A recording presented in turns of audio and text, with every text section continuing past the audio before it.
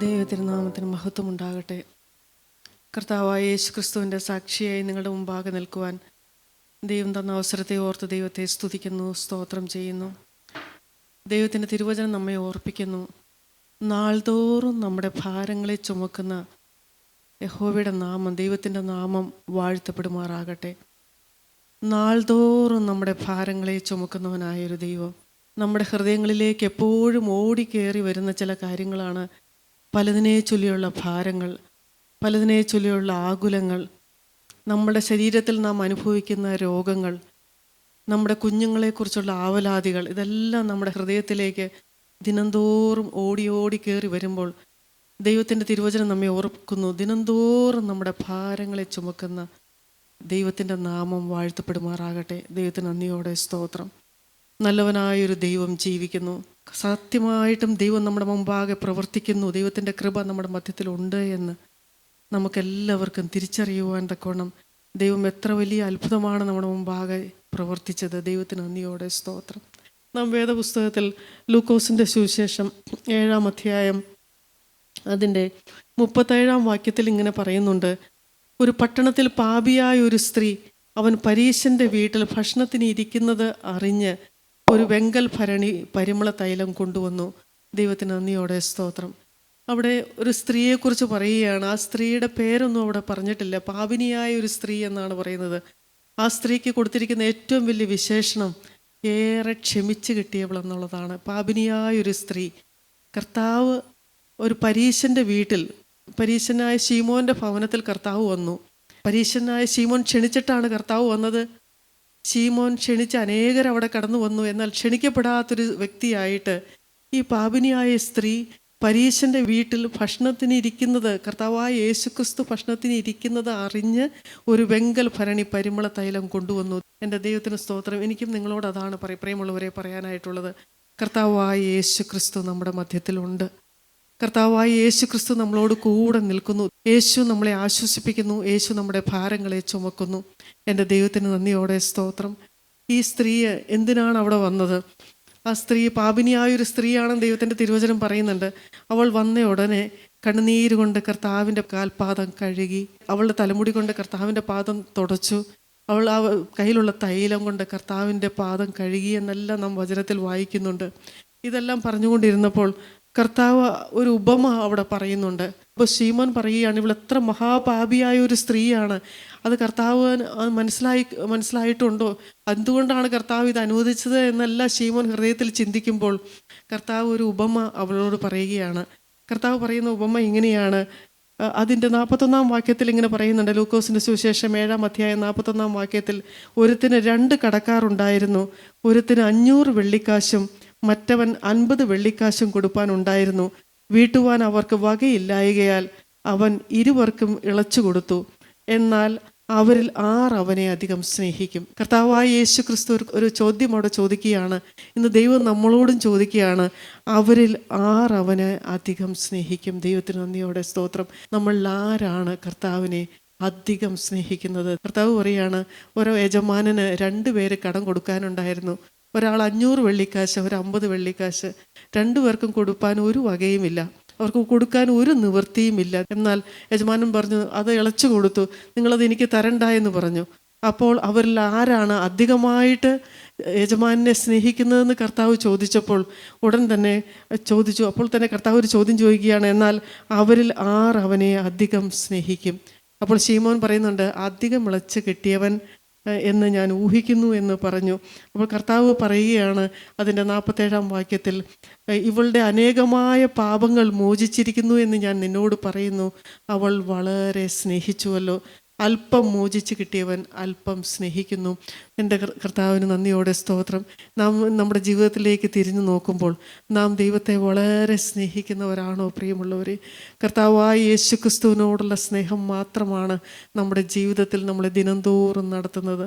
ഞാൻ ഓർക്കുകയാണ്, എൻ്റെ ജീവിതത്തിലും ഈ കഴിഞ്ഞ നാളുകളെല്ലാം പല രോഗത്തിൻ്റേതായ ബുദ്ധിമുട്ടുകളെല്ലാം എൻ്റെ ജീവിതത്തിൽ കടന്നു വന്നു. പലപ്പോഴും എനിക്ക് നടക്കാനും പല കാര്യങ്ങൾ ചെയ്യുവാനും പല ബുദ്ധിമുട്ടുകളും എൻ്റെ ജീവിതത്തിലേക്ക് കടന്നു വന്നു. പക്ഷെ ഞാൻ ഓർക്കുകയാണ്, ഒരു നിരാശയൊന്നും എൻ്റെ ജീവിതത്തിലേക്ക് വന്നില്ല. വേദനകൾ കൂടി വരുമ്പോഴെല്ലാം എൻ്റെ ഹൃദയത്തിൽ എപ്പോഴും വന്നൊരു വാക്യം ഇതാണ്: കർത്താവേ, നീ എന്നെ സ്നേഹിച്ചുവല്ലോ, നീ എന്നെ സ്നേഹിച്ചുവല്ലോ, നീ എന്നെ സ്നേഹിച്ചുവല്ലോ. അതാണ് ഞാൻ എൻ്റെ ജീവിതത്തിൽ എപ്പോഴും പറഞ്ഞുകൊണ്ടിരുന്നത്. നാം വേദനയിലായിരിക്കുമ്പോൾ, ശരീരത്തിൻ്റെ വേദനകൾ വരുമ്പോഴും അല്ല, നമുക്ക് ഭാരങ്ങൾ വരുമ്പോഴും, കുഞ്ഞുങ്ങളെക്കുറിച്ചുള്ള പ്രയാസങ്ങൾ നമ്മുടെ ജീവിതത്തിൽ വരുമ്പോഴെല്ലാം നമ്മളെ ആശ്വസിപ്പിക്കുന്ന ഒരു വാക്യം അതാണ്: കർത്താവ് നമ്മളെ സ്നേഹിച്ചു. ദൈവം എന്നെ സ്നേഹിപ്പാൻ തക്കവണ്ണം എൻ്റെ ജീവിതത്തിൽ എനിക്ക് എന്താണ് യോഗ്യത ഉള്ളത് എന്ന് നാം ഓരോരുത്തരും തിരിഞ്ഞു നോക്കുമ്പോൾ നമുക്ക് ആർക്കും ഒന്നും പറയുവാനായിട്ടില്ല. ഇവിടെ പറയുന്ന ആ സ്ത്രീയുടെ പ്രത്യേകത ഇതാണ്: പാപിനിയായ ഒരു സ്ത്രീ എന്നാണ്. ആ സ്ത്രീ പാപിയാണെന്നുള്ളൊരു ബോധമുണ്ടായിരുന്നു. എന്നാൽ പരീശനായ ശീമോന് താൻ പാപിയാണെന്നുള്ളൊരു ബോധം ഉണ്ടായിരുന്നില്ല. നാം ആ ഏത് കൂട്ടത്തിൽ നാം നിൽക്കും? ഒരു കഥ ഇങ്ങനെ ഓർത്തു. ഫാനി ക്രോസ്ബി, ദൈവത്തിൻ്റെ ഏറ്റവും അനുഗ്രഹിക്കപ്പെട്ട ഒരു ദേവദാസിയായിരുന്നു ഫാനി ക്രോസ്ബി. അന്ധയായൊരു സ്ത്രീയായിരുന്നു. പക്ഷേ ജീവിതകാലം മുഴുവൻ അന്ധയായിക്കൊണ്ട് തന്നെ കർത്താവിനെ സേവിച്ച ഒരു വിശുദ്ധയായി ജീവിച്ചൊരു വ്യക്തിയായിരുന്നു ഫാനി ക്രോസ്ബി. ഏകദേശം 8,000-ഓളം ഗാനങ്ങൾ അവർ എഴുതിയിട്ടുണ്ട്, പല സ്ഥലങ്ങൾ, പല സാഹചര്യങ്ങളിൽ വച്ചെല്ലാം. ഒരിക്കൽ ഫാനി ക്രോസ്ബി ഒരു ജയിലിലേക്ക് കടന്നു പോകാനായിട്ടിടയായി. നമുക്കറിയാം, ജയിലിൽ താമസിക്കുന്നവരെല്ലാം തന്നെ വളരെയേറെ ക്രൂരകൃത്യങ്ങൾ ചെയ്തതും വളരെ തെറ്റുകൾ ചെയ്തതും വളരെ ബുദ്ധിമുട്ടുള്ളവർ മാത്രമാണല്ലോ ജയിലിലുള്ളൂ. അപ്പോൾ ഈ ഫാനി ക്രോസ്ബി അവിടെ ചെന്ന് ദൈവത്തിൻ്റെ തിരുവചനം അവിടെ പറഞ്ഞു. കർത്താവിൻ്റെ വചനം പറഞ്ഞു, കർത്താവായ യേശു ക്രിസ്തു പാപങ്ങളെ ക്ഷമിക്കുന്നവനെന്ന്, ആശ്വാസം തരുന്നവനെന്ന്, സമാധാനം തരുന്നവനെന്ന്, ആരോരുമില്ലാത്തവർക്ക് അപ്പനില്ലാത്തവർക്ക് അപ്പനായിട്ട്. നമുക്കറിയാമല്ലോ പ്രിയമുള്ളവരെ, നമ്മുടെ ഓരോരുത്തരുടെയും ജീവിതത്തിൽ കടന്നു വന്നതുപോലെ ഫാനി ക്രോസ്ബി അവിടെ നിന്നെല്ലാം പ്രസംഗിച്ച് അതിനുശേഷം അവിടെ നിന്ന് തിരികെ പോകുവാനായിട്ട് ഫാനി ക്രോസ്ബി അവിടെ നിന്ന് ഇറങ്ങാനായിട്ട് തുടങ്ങിയപ്പോൾ ഒരു തടവുകാരൻ അവിടെ ഇരുന്ന് ഉറക്കെ നിലവിളിച്ചു.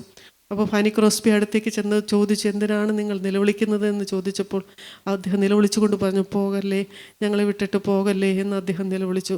അപ്പോൾ ആ ഫാനി ക്രോസ്ബിയുടെ ഹൃദയത്തിൽ അത് വളരെയേറെ വേദന ഉളവാക്കി. അപ്പോൾ അവരവിടെ നിന്നിട്ട് അദ്ദേഹത്തോട് പറഞ്ഞു, എനിക്ക് പോകാതിരിക്കാൻ സാധിക്കുകയില്ല, പക്ഷേ നിങ്ങളെ വിട്ട് ഒരിക്കലും പോകാത്തവനായ ദൈവം ജീവിക്കുന്നു എന്ന് പറഞ്ഞ് അദ്ദേഹത്തോട് വീണ്ടും സംസാരിച്ച് ആശ്വസിപ്പിക്കാനായിട്ടിടയായി. അതിനുശേഷം ഫാനി ക്രോസ്ബി വീട്ടിൽ വന്നിട്ട് എഴുതിയ ഒരു പാട്ടാണ്, നമുക്കെല്ലാവർക്കും അറിയാവുന്ന ഒരു പാട്ടാണ്: പോകല്ലേ കടന്നെന്നെ നീ പ്രിയ യേശുവേ, മറ്റുള്ളവരെ ദർശിക്കുമ്പോൾ നോക്കുക എന്നെയും. ദൈവത്തിന് നന്ദിയോടെ സ്തോത്രം. കർത്താവായ യേശു ക്രിസ്തു നമ്മുടെ മധ്യത്തിലേക്ക് കടന്നു വന്നിരിക്കുന്നു. അപ്പോൾ നമുക്ക് ഓരോരുത്തർക്കും നമ്മുടെ ഹൃദയങ്ങളിൽ നിന്ന് നമുക്ക് ഉറക്കെ നിലവിളിച്ചുകൊണ്ട് നമുക്ക് കർത്താവിനോട് പറയുവാനായിട്ട് സാധിക്കുമോ? കർത്താവേ, പോകല്ലേ കടന്നെന്നെ പ്രിയ യേശുവേ, മറ്റുള്ളവരെ ദർശിക്കുമ്പോൾ നോക്കുക എന്നെയും. മറ്റുള്ളവരെ അവിടുന്ന് കാണുമ്പോൾ, മറ്റുള്ളവരെ അവിടുന്ന് അനുഗ്രഹിക്കുമ്പോൾ, കർത്താവേ എന്നെയും അനുഗ്രഹിക്കണമേ എന്ന് ആ പാപിനിയായ സ്ത്രീ കർത്താവായ യേശു ക്രിസ്തുവിൻ്റെ പൊന്നുപാദത്തിങ്കൽ വന്നു. അവൾ അവിടെ ആരെല്ലാം ഇരിക്കുന്നതെന്നൊന്നും ശ്രദ്ധിച്ചില്ല, ആരെല്ലാം ആണ് അവിടെ കൂടിയിരിക്കുന്നതെന്നൊന്നും അവൾക്കറിയില്ലായിരുന്നു. അവൾ കർത്താവിനെ മാത്രം കണ്ടു. അവൾ കണ്ണുനീര് കൊണ്ട് കർത്താവിൻ്റെ പാദം കഴുകി തൻ്റെ ജീവിതത്തിൽ വന്നുപോയ പാപങ്ങളോർത്ത് കർത്താവിനോട്, എൻ്റെ കർത്താവ് അത് ക്ഷമിച്ചു തരുവാൻ മതിയായവനാണല്ലോ എന്നോർത്ത് ആ ദൈവസ്നേഹത്താൽ നിറഞ്ഞ് കർത്താവിൻ്റെ പാദത്തിങ്കിൽ ഇരുന്ന് കരഞ്ഞപ്പോൾ കർത്താവ് പറയുകയാണ്, അവൾ വളരെ സ്നേഹിച്ചുവല്ലോ. ദൈവത്തിന് നന്ദിയോടെ സ്തോത്രം. അതുകൂടാതെ കർത്താവ് പറയുകയാണ് അതിൻ്റെ 48-ാം വാക്യത്തിൽ, നിൻ്റെ പാപങ്ങൾ മോചിച്ച് തന്നിരിക്കുന്നു. വീണ്ടും അതിൻ്റെ 50-ാം വാക്യത്തിൽ, നിൻ്റെ വിശ്വാസം നിന്നെ രക്ഷിച്ചിരിക്കുന്നു, സമാധാനത്തോടെ പോക. ഒരു 3 വാഗ്ദത്തങ്ങളാണ് ആ പാപിനിയായ സ്ത്രീക്ക് കർത്താവ് കൊടുക്കുന്നത്. ഒന്ന്, നിന്റെ പാപങ്ങൾ ക്ഷമിച്ചു തന്നിരിക്കുന്നു. 2, നിന്റെ വിശ്വാസം നിന്നെ രക്ഷിച്ചിരിക്കുന്നു, സമാധാനത്തോടെ പോക. ദൈവത്തിൻ്റെ പരിശുദ്ധാത്മാവ് അതിന് നമ്മെ ഓരോരുത്തരെയും സഹായിക്കട്ടെ. എൻ്റെ ജീവിതത്തിലേക്ക് തിരിഞ്ഞു നോക്കുമ്പോഴും പ്രിയമുള്ളവരെ, എനിക്ക് ഭാഗ്യവശാൽ ദൈവം എൻ്റെ ഹൃദയത്തിൽ എനിക്കും ഒരു ആഗ്രഹം തന്നിട്ടുണ്ട്, എനിക്കൊരു തിരിച്ചറിവ് ദൈവം തന്നിട്ടുണ്ട്. എനിക്കൊരിക്കലും തന്നെ താൻ ജീവിക്കുവാൻ സാധിക്കുകയില്ല എന്നുള്ളത്. ഞാൻ എത്ര ബലഹീനമായൊരു ശരീരത്തിൻ്റെ ഉടമയാണ്, എത്ര നികൃഷ്ടമായൊരു ഹൃദയമാണ് എൻ്റെ ഹൃദയം. ഹൃദയത്തിൽ, എൻ്റെ ശരീരത്തിലുള്ളത്. എത്രത്തോളം തന്നെത്താൻ ഉയർത്താൻ ആഗ്രഹിക്കുന്ന ഒരു മനസ്സാണ് എനിക്കുള്ളത് എന്ന് ഞാൻ തിരിച്ചറിയുന്നു പ്രിയമുള്ളവരെ. എന്നാൽ എൻ്റെ യേശു എന്നെ സ്നേഹിച്ച സ്നേഹം, എൻ്റെ യേശു എൻ്റെ കുടുംബത്തെ സ്നേഹിച്ച ആ സ്നേഹം, യേശു വാസ്തവമായും ജീവിക്കുന്നുവല്ലോ എന്നോർക്കുമ്പോൾ അനേകമായ ഞങ്ങളുടെ പാപങ്ങളെ, എൻ്റെ പാപങ്ങളെ, ഞങ്ങളുടെ ശാപങ്ങളെ, രോഗങ്ങളെ അവിടുന്ന് വഹിച്ചല്ലോ എന്നോർക്കുമ്പോൾ കണ്ണുനീരിനാൽ ദിനംതോറും അവിടുത്തെ പാദം കഴുകിക്കൊണ്ടിരിപ്പാൻ ഞാൻ എന്നെ തന്നെയും കർത്താവിൻ്റെ കരങ്ങളിലേക്ക് സമർപ്പിക്കുകയാണ്. ദൈവത്തിൻ്റെ വചനം നമ്മെ ഓർപ്പിക്കുന്നു, സമാധാനത്തോടെ പോകാം. ദൈവത്തിന് നന്ദിയോടെ സ്തോത്രം. നമുക്ക് ഭാരങ്ങളുണ്ട്, രോഗങ്ങളുണ്ട്, നമുക്ക് അനേകമായ ടെൻഷനുകളുണ്ട്, നമുക്ക് നമ്മുടെ ചുറ്റുപാട് നോക്കിയാൽ ആശ്വസിപ്പാനൊന്നുമില്ല. എന്നാൽ ദൈവത്തിൻ്റെ തിരുവചനം നമ്മെ ഓർപ്പിക്കുന്നു, സമാധാനത്തോടെ പോകാം. കാരണം സമാധാനത്തിൻ്റെ ഉടയവനായ യേശു എൻ്റെ ഹൃദയത്തിൽ വസിക്കുന്നു, നമ്മുടെ ഓരോരുത്തരുടെയും ഹൃദയത്തിൽ വസിക്കുന്നു. അതിന് ദൈവത്തിൻ്റെ പരിശുദ്ധാത്മാവ് നമ്മെ ഓരോരുത്തരെയും സഹായിക്കുമാറാകട്ടെ. സ്തോത്രം.